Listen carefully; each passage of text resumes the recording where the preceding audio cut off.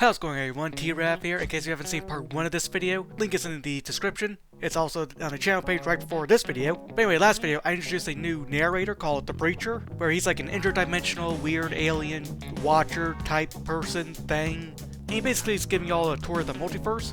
In that last video we did Springtrap and Hell of a Boss, we did Batman, the Thomas Wayne version of Batman, in Hazbin Hotel, Spider-Man in My Hero Academia, and Spider-Boy in a steampunk universe. So, without further ado, let's start this video.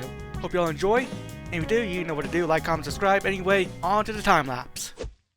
We will now visit Earth, MSM HAV-26, the home of the Singing Heroes. It all started with a loud, harmonious bang, with shockwaves engulfing the city of Blue Bubble. No one knew how this explosion happened, but they gave it a name, the Big Clangor. Many people of Blue Bubble were given extraordinary powers from the shockwaves, and the non-powered citizens would label them as monsters. People feared them, not knowing how they would use their newfound abilities. And some newly created monsters will embrace this label as they use their powers for villainy. But some demonstrated that not all monsters are bad, and they became the heroes of Blue Bubble. This individual, on the other hand, is not considered a hero nor a villain, for he irritates them both. His name is Henry Hendrix Hyde, or as he is most commonly known as online, Hyehehe, named after his signature laugh he does in his videos, where he pulls elaborate pranks on both heroes and villains. Hyehehe has the powers to contort and bend his body like a ragdoll.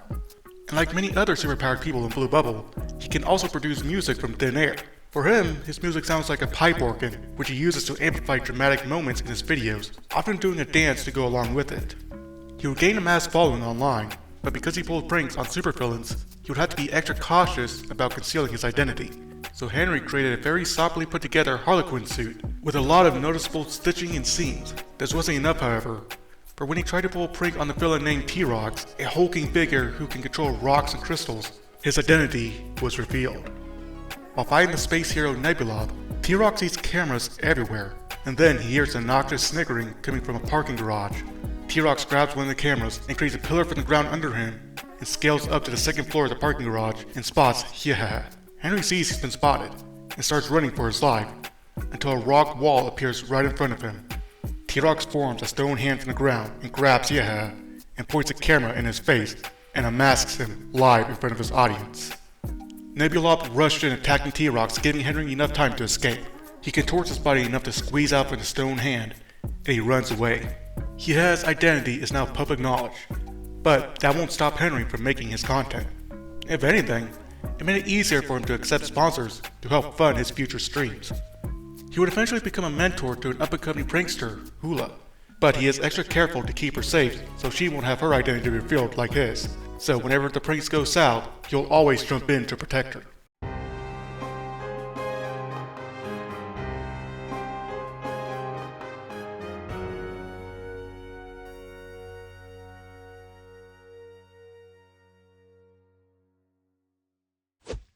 In Universe MKMR-26, a universe that spawned from universes MK-92 and MR-24, lived Johnny Wilson. He had it all: fame, fortune, and adoring fans. But after he was diagnosed with cancer, all of that suddenly meant nothing to him. He had a successful movie franchise called Ninja Mime, the Merc with No Mouth, which led to his stardom, and he used that money to fund a passion project of his, a documentary where he would travel across the world partaking in martial arts tournaments. But he ignorantly stumbled across an ancient war that spanned across dimensions called Mortal Rivals! Joined with a ragtag team, Jubilation King, Cum Lebo, Eric Raiden, Natasha Blade, Jax Wilson, and Kwai Summers. This group will be the defenders of Earthrealm, fighting against the deadly sorcerers and cyborgs from Outworld. These factions gather at a temple and start preparing for their fights. Johnny directed the cameraman to pan over to Natasha as she was stretching, and he walked up to her and started to gloat how he parties with Ryan Reynolds. Suddenly, Natasha swept Johnny's legs, tripping him to the ground and pointing a stun stick at him, threatening him. But they are quickly broken up by Eric, saying he gathered them here to defend their realm, not kill or flirt with each other. A loud gong can be heard, with Eric saying, "It's time for combat." Johnny chimed in with, "Did anyone else hear him say combat with a K?" They walked out and see the other team. Johnny is flabbergasted by the sight of literal monsters as their opponents. Sabakan picks 2 fighters, Johnny Wilson of Earthrealm and Zhang Sinister of Outworld. It's time for them to test their might, and with a loud booming voice, Sabakan says, Round 1. Fight! Zhang Sinister is a master of magic and mutation, so he starts off by hovering in the air, firing magical projectiles at Johnny. But he quickly dodges out of the way and releases a barrage of punches and kicks towards Sinister. You should know, the ladies and fellows constantly brag about my magic fingers. And he fires green magic at Zhang Sinister, and with a wink towards the camera, he forms a green glowing katana construct and starts slicing and stabbing his opponent. Zhang Sinister collapses. With another boom of his voice, Sabakan says, Round 2. Fight! Zhang Sinister gets up, and with a strange, cocky tone in his voice, he says, I can tell you're sick. How about we even the playing field? He uses his telepathy to grab Johnny, lifting him in the air and bringing him closer. How about I give you a mutation that can cure you of your cancer? And with that, Sinister places his hand on Johnny's chest. Johnny yells in intense pain. Tumors started to grow throughout his whole body. His hair began to fall out, and his flesh started to peel. This new healing factor of his seems to be making his cancer worse, but at the same time, it is actively killing any new cancerous cells that grow back. An unforeseen side effect, but at least it will humble you. After saying that, Sinister impales his hand through Johnny's chest and throwing him to the ground. Now, it's the tiebreaker. Round 3. Fight! Johnny's wound began to heal, and he gets up and sees his reflection in the pool of his own blood. He is furious and summons his green katana again and starts swinging. No jokes, no quips, no words. He gets a few good swipes at Sinister, but he gets pushed back by Zhang's telepathy. Johnny looks at the cameraman and gives him a thumbs up, and out of nowhere, off camera, he pulls out what can only be described as a health bar and starts hitting Sinister with it over and over again. His teammates were confused, asking where did he get that prop from? Then Johnny yelled, Cup check! And splits his legs and punched Zhang Sinister in his crotch. Sinister kneels down to the ground, and Johnny starts to celebrate. As Johnny was waving to his teammates, Sabakan yelled, Finish him! Johnny looks at Sabakan and asks, Finish him? You want me to kill him? Johnny gets cut off as his opponent Zhang Sinister decapitates Johnny, kicks his body to the ground, displaying Johnny's now severed head to Sabakan. But oddly enough, Johnny is not dead. His head is still alive and bites Sinister's thumb. Sinister drops Johnny's head, saying, Seems like your healing factor is more powerful than I thought. Oh well, you can no longer fight in this condition. So, I still win. And with that, 1 point goes towards Outworld.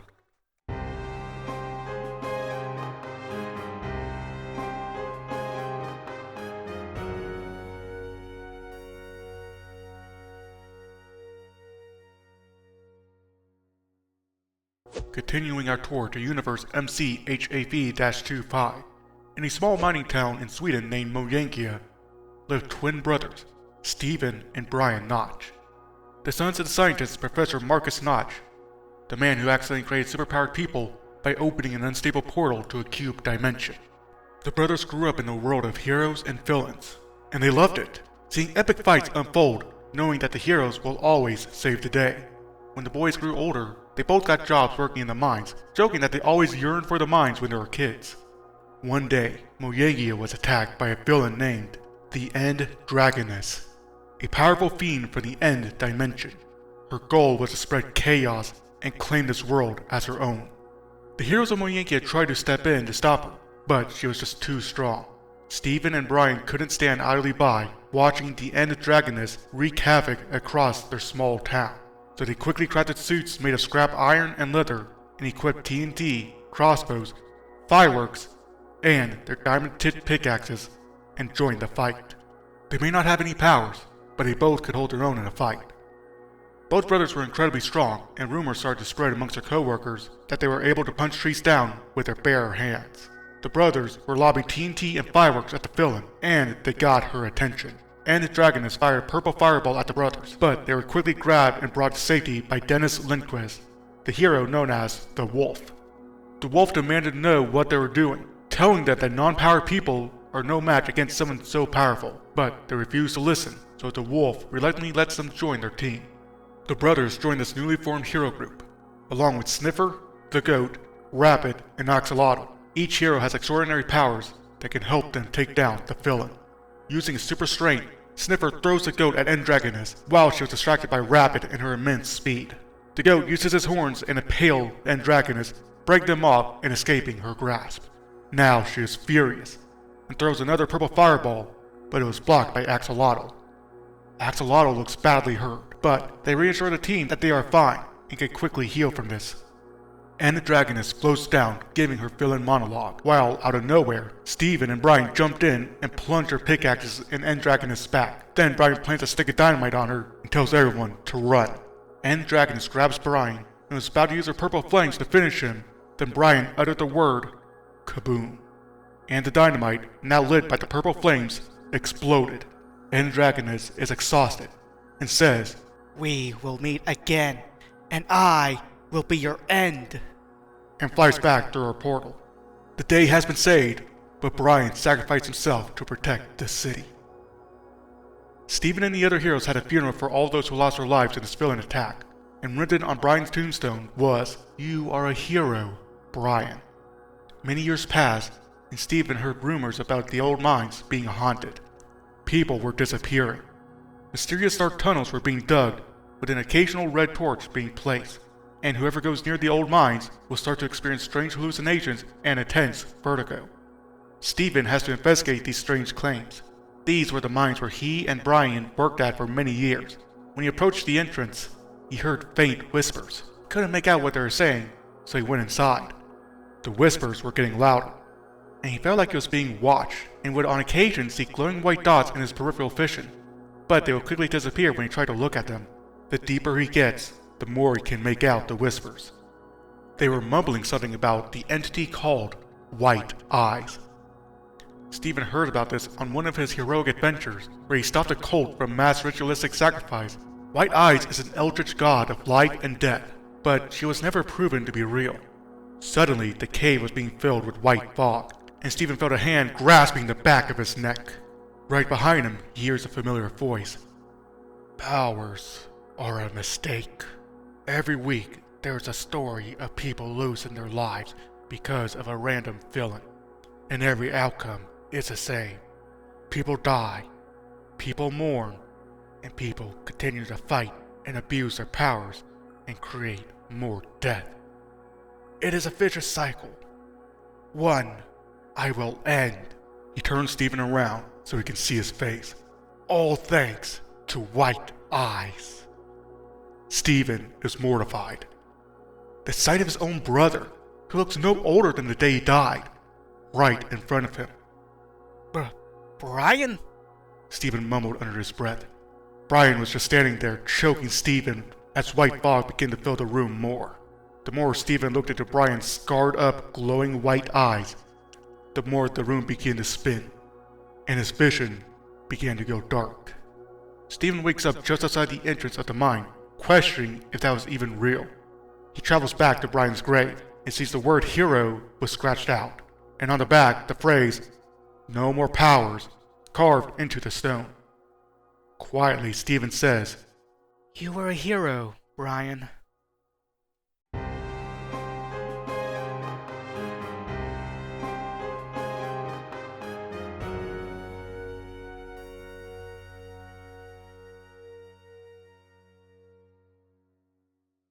We will conclude this tour with Universe PRMA-26, a world where a group of teenagers with attitude defend their city from the gang known as the Pandora Mafia. Whoa, I knew I should have taken a left turn at Albuquerque. I'm sorry? Who are you? Are you a cop? No, I am Breacher. My kind are called Forgers of Existence. I'll ask again. Who are you? You know, if you're a cop, you legally have to tell me. That is a lie in many realities. I'll ask one more time. State your name and how you got here. Well, you see, people not knowing who I am is kind of my shtick. As for how I got here, I don't know. See, I was working on a new mech armor for a client, and out of nowhere, portals were popping up all over my world. Everything was getting sucked off. let's use more appropriate language, please. Fine, buzzkill. Anyway, portals were sucking up everything in my world. My trailer got eaten up by one of them portal things with me in it. And the next thing I knew, I became a nomadic arms dealer hopping through the multiverse willy-nilly. Willy-nilly? So you don't control the portals? Nope. At least I reckon I don't.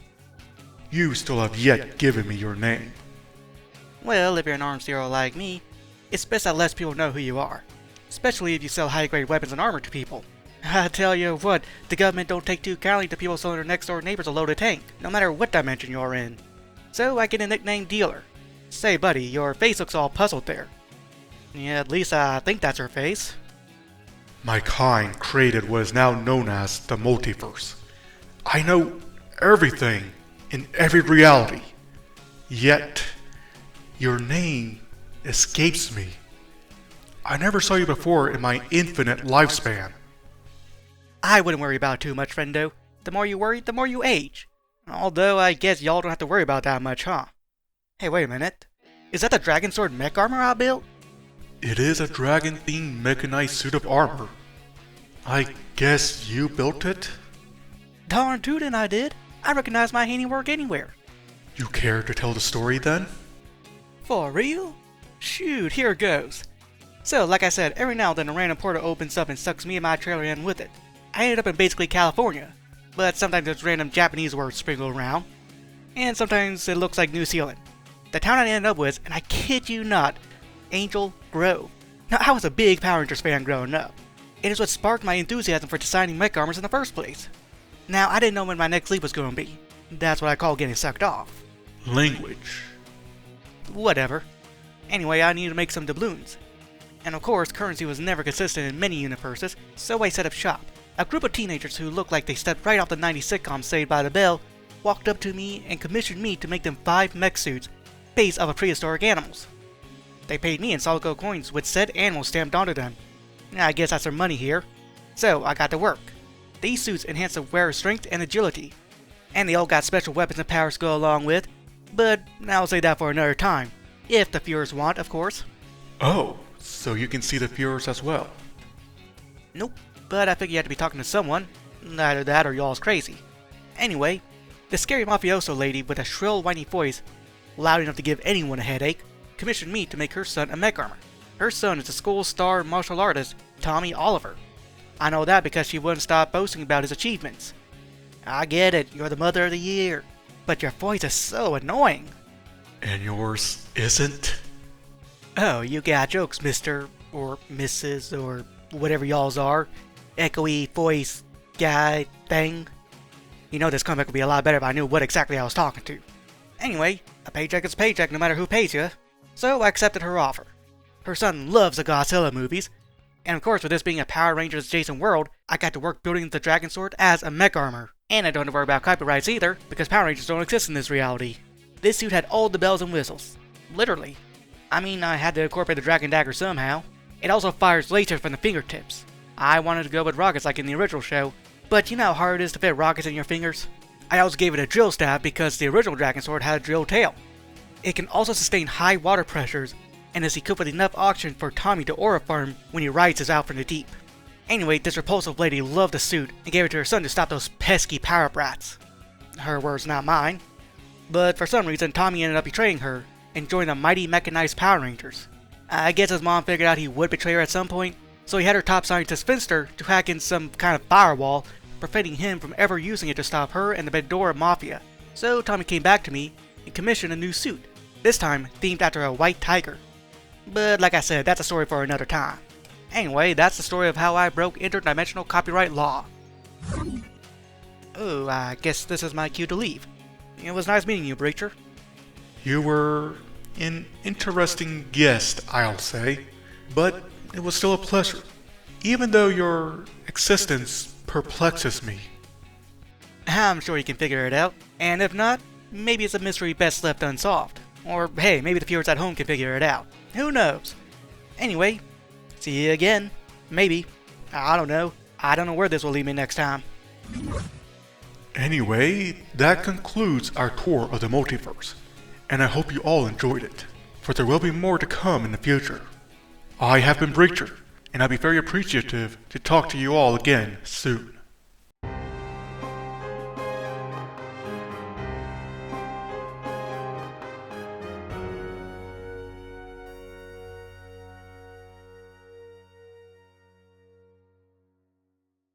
Alright, and there we have it. And I really like how the art for this video turned out. So part 1, most of the art was done in a different art style, ones that I'm not really too familiar drawing in.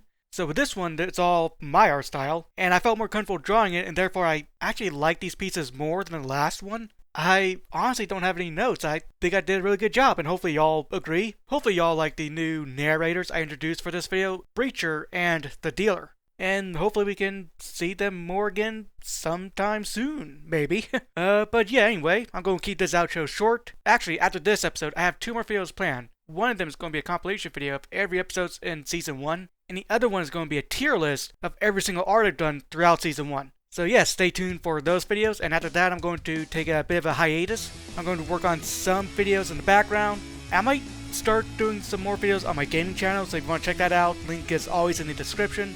It's also on the channel page as well. And other than that, I'm just going to be taking a very well-needed break. I might do some easy videos during the hiatus, like maybe some tier lists of different Spider-Man designs or different Batman designs or whatever I can come up with. But yeah, anyway, hope you guys enjoyed this video. And yeah, I'll talk to you all in the next video. T-Rav signing out. See ya!